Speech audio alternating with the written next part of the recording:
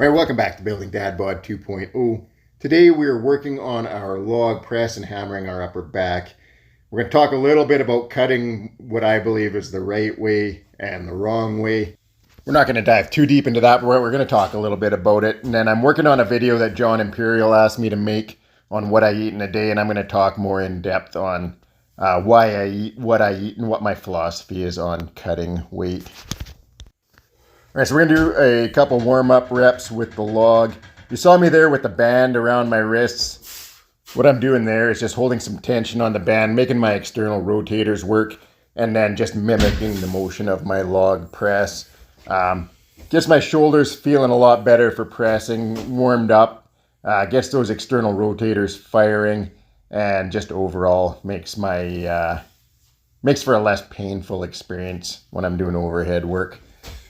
This left shoulder is still giving me some grief, but that really helps to prepare me.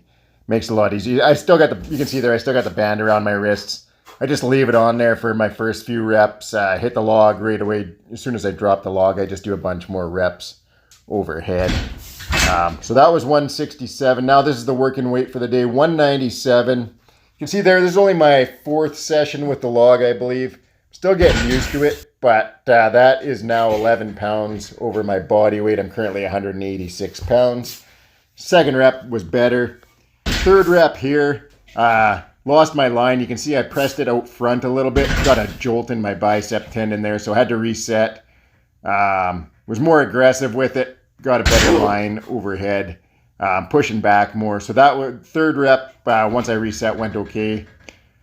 Fourth rep was, you see there, struggled a little bit with the lockout, but was good. Fifth rep, this is my best rep of the day, which generally happens with push press. Until I get massively fatigued, the reps just keep getting better and better as we go. Log is tough. Like, it feels way better on the elbows and the wrists, but it's so much bigger that it takes a little bit to just get used to it, to get used to that, getting your head cleared and getting that push back up overhead. Actually lose my balance backwards with it a little bit every now and then. Never totally lost it, but it's just, I find it harder to find a perfect balance point with it than a barbell. Once I get it down, I think we'll get some decent weights going on here. And then I think it'll transfer over really well to my barbell push press. I think going back to the barbell will move nicer having done the log, I believe. Goal next week with the log, though, is to be up over 200 pounds. So that'll be good. Break that 200-pound barrier. And then we'll see where we go from there with it. After that, doing some chaotic presses with the wobbly bar here. I did 2 sets on this. Haven't done these for a while, but I find that when my shoulder's bugging me, these always help my shoulders feel better. So I got to start getting these back in the routine after log on pressing days. Nothing crazy heavy here, just 45 pounds on either side hanging from bands, so you get them bouncing around. Just with the way it's set up, it forces you to have to really stabilize and control that weight all the way up and all the way back down. I like doing these with a bit higher reps, like anywhere from like 10 to 20 reps. These are not the exercise I'm going to be doing like doubles, triples, singles on.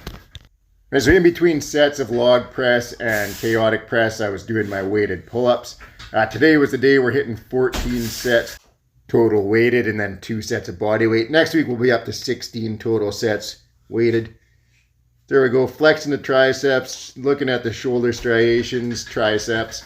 That brings me to my point about cutting. My daughter had a school play the other day. So I went opening night, ran into my brother-in-law's brother-in-law there. Used to be a really big dude, like, I don't know what he is, 6'1", 6'2", around 300 pounds. And he's since cut a lot of weight.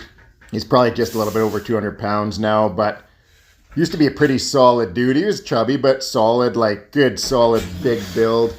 And I saw him, and man, like, he's got like the prototypical dad bod now. Still got a big gut, kind of, but really, really small arms and small shoulders. And I was like, man, like, lost all his muscle mass trying to lose weight. I think that's a big problem with cutting these days is people's focus is just on losing weight. Do whatever it takes to lose weight. You hear these like insane people going on like 1,000 calorie a day diet. Like you can't even fuel your body's most basic bodily functions like your heart beating, your lungs pumping air, your brain working. Like, unless you're 100 pounds, you need more than 1,000 calories per day just for your body to carry out its most basic functions. To me, weight loss is a misnomer. It should be fat loss. That should be the key. That should be the focus. Lose fat and maintain as much muscle mass as possible. Muscle is like gold.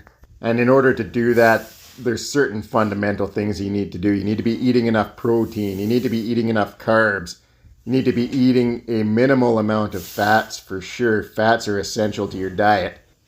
But fats, keep them minimal because they are packed with calories and they are not an ideal energy source for fueling workouts. And then resistance training.